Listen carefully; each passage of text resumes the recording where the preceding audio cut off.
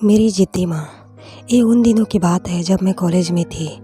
उन दिनों मेरी माँ और मेरे बीच आए दिन खिटपिट हुआ करती थी। मैं अपनी माँ से नाराज़ सी रहा करती थी और वो मुझे हर बात पर टोका करती थी। यहाँ मत जाओ, वहाँ मत जाओ, ऐसे मत करो, वैसे मत करो, ऐसे रहो, वैसे मत रहो, वगैरह वगैरह। ओहो, मैं इन बातों से परेशान हो चुकी थी। मैं चिढ़ जाती थी उनकी इन हरकतों से। मैं कॉलेज जा रही होती तो वो कहती, अरे कहाँ जा रही हो ऐसे कपड़े पहनकर। मैं कहती, माँ ये सिंपल जीन्स और टॉप ही तो है। वो कहती, हाँ हाँ, तुम्हारे ये जीन्सेस और टॉप्स सूट पहनकर जाओ, तुम्हें ये सब पहनने की क्या ज़रूरत है। मैं कहती, माँ पहनने दो ना, सब तो पहनते हैं, पहनने दो ना प्लीज़। लेकिन फिर वो नहीं मानती और कहती, नहीं नहीं, तुम ये सब नहीं पहन सकते, जाओ सूट पहन कर आओ। और एंड दी एंड मुझे चेंज करनी ही पड़ती। आखिर ये सारी बहस में लेट तो मुझे ही होना था कॉलेज के लिए। वहाँ से आने के बाद मैं अपने रूम में कुछ कर रही थी, तभी आवाज़ आती है, अरे सिमरन, ये क्या किया तुमने? कितनी बार बताना पड़ेगा तुम्हें, खाना इस तरह से नहीं छोड़ते हैं। मैं कहती, तो किस तरह से छोड़ते हैं मम्मा, वही बता दो तो मैं आगे से उसी तरह से छोड़ूंगी। वो कहती, पहली बात, मैं तुम्हारी मामा नहीं हूँ, माँ हूँ तुम्हारी। तुम्हारे मामा ननिहाल में है तुम्हारे, खाना किसी तरह से भी नहीं छोड़ते हैं। तुम्हें ना कितनी बार भी समझाओ, तुम्हें समझ नहीं आती है। कितनी बड़ी हो गई हो पर अक्ल अभी तक नहीं आई। कल कल जब तुम्हारी शादी होगी तो ससुराल में पता नहीं क्या करोगी तुम। हम जब इनकी उम्र में थे तो हमें सब कुछ आता था, पर आजकल के बच्चे तो। इतना सुनने के बाद इधर मैं खुद से ही कहती, लो आ गए मेरे ससुराल वाले, अब ना जाने कौन कौन आएंगे। मूड ख़राब नहीं करना है बेटा तो ईयरफोन लगाओ और गाने सुनो। और मैं ऐसा ही करती। अगर ये कहूँ कि उन दिनों मेरी माँ और मेरे बीच जरा से भी नहीं बनती थी तो गलत नहीं होगा।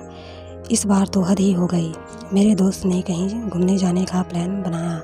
यही कोई 4-5 दिनों का प्लान था, पर सभी ने पहले ही कह दिया था कि शायद मैं ना जाऊं हमेशा की तरह। पर मैं जाना चाहती थी और मैंने भी अपने दोस्तों से कह दिया कि मैं जाऊंगी। उन्होंने कहा एक बार घर में बात कर ली फिर बताइयो, पर मैंने कह दिया मैं जाऊंगी मतलब जाऊंगी। पर मुझे भी था कि हर बार की तरह इस बार भी मुझे परमिशन नहीं मिली तो, पर फिर भी मैंने कहा नहीं, मुझे जाना है और मैं माँ से कह दूंगी, मुझे जाना है तो जाना है बस। फिर क्या था, मैंने ठान लिया कि इस बार मैं माँ की जिद नहीं चलने दूंगी। घर जाके मैंने कहा मेरे सारे दोस्त घूमने जा रहे हैं और मुझे भी जाना है। मेरे पापा पूछते हैं कौन कौन जा रहा है, कहाँ कहाँ जा रहे हो।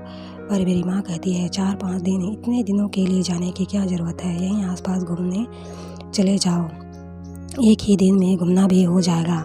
मैं कहती नहीं, मुझे जाना है बस। माँ कहती, देखा जी किस तरह से बात कर रही है ये।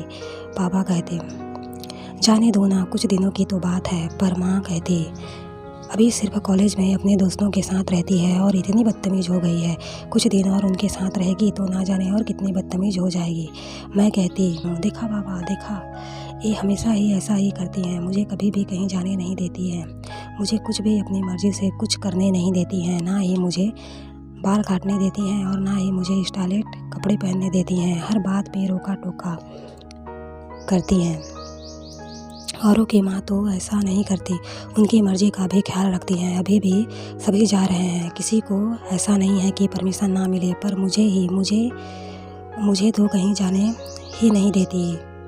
सबकी माँ कितनी अच्छी है और मेरी माँ कितनी बुरी है। इतना सुनते ही पापा मुझ पर चिल्ला पड़े, सिमरन ये क्या कह रही हो तुम, तुम्हारी माँ ठीक ही कहती है, बदतमीज हो गई हो तुम। मेरा गुस्सा और बढ़ गया, पर इस बार गुस्से के साथ साथ दुख भी हो रहा था। अब तो पापा को भी मैं ही गलत लग रही हूँ, मुझे कोई प्यार नहीं करता। ऐसा सोच कर मैं रोते रोते सो गई। पापा ने मुझे खाना खाने के लिए कहा, पर मैंने खाना भी नहीं खाया। अगले दिन जब मैं कॉलेज से आई तो मैंने देखा घर के बाहर भीड़ लगी हुई है। मेरे मन में सवाल और डर एक साथ चलने लगे थे। मैंने किसी से पूछा, क्यों इतनी भीड़ है यहाँ पर? किसी ने जवाब दिया, तेरी माँ का एक्सीडेंट हो गया है, अब वो नहीं रही।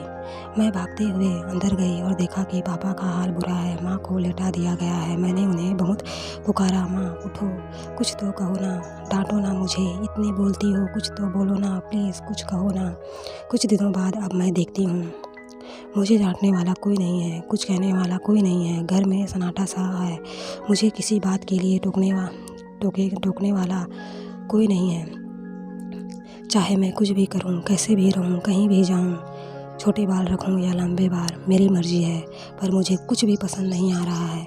मेरा दम घुट रहा है इस माहौल में। हे भगवान, मुझे आज़ादी नहीं चाहिए, मुझे पहले जैसा चाहिए सब कुछ। इस आज़ादी से अच्छी तो मेरी माँ की कैद ही थी। प्लीज़ प्लीज़ मुझे मेरी माँ लौटा दो भगवान, प्लीज़। ये कहकर मैं फुट फुट कर रोने लगी। कुछ देर बाद मुझे याद आया कि मैंने गैस में दूध उबालने के लिए रखी है।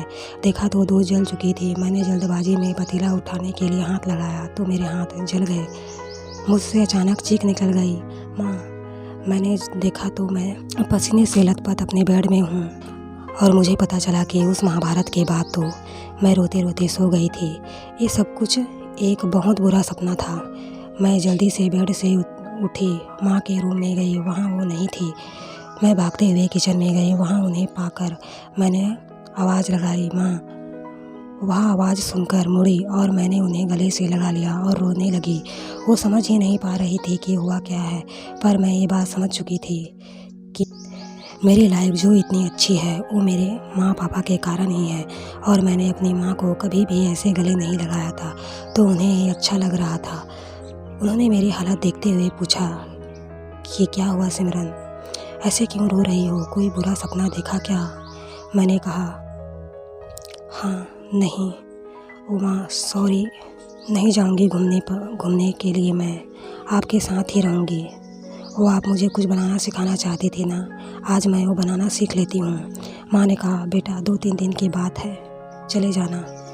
तुम वहाँ से आ जाओगी तो मैं तुम्हें सिखा दूँगी। मैंने कहा, माँ 2-3 दिन नहीं, 4-5 दिनों की बात है, रहने दो, मैं नहीं जाती हूँ। माँ ने कहा, कोई नहीं बेटा, चले जाना। उस दिन मुझे समझ आया कि अगर मैं प्यार से उन्हें समझाते हुए उनसे कुछ मांगती तो मुझे कभी भी मना नहीं करती, और उनके और मेरे बीच जो ये दूरियाँ थी उनकी जिम्मेदार मैं खुद ही थी। पर आज सब कुछ ठीक है और मेरी माँ बुरी माँ नहीं बल्कि सबसे अच्छी माँ है। दोस्तों, इस सपने ने मेरी आंखें खोल दी। मुझे पता चल गया कि हमारे माँ बाप हमें कितना ही डांट लें, पर वह हमें सबसे ज़्यादा प्यार करते हैं।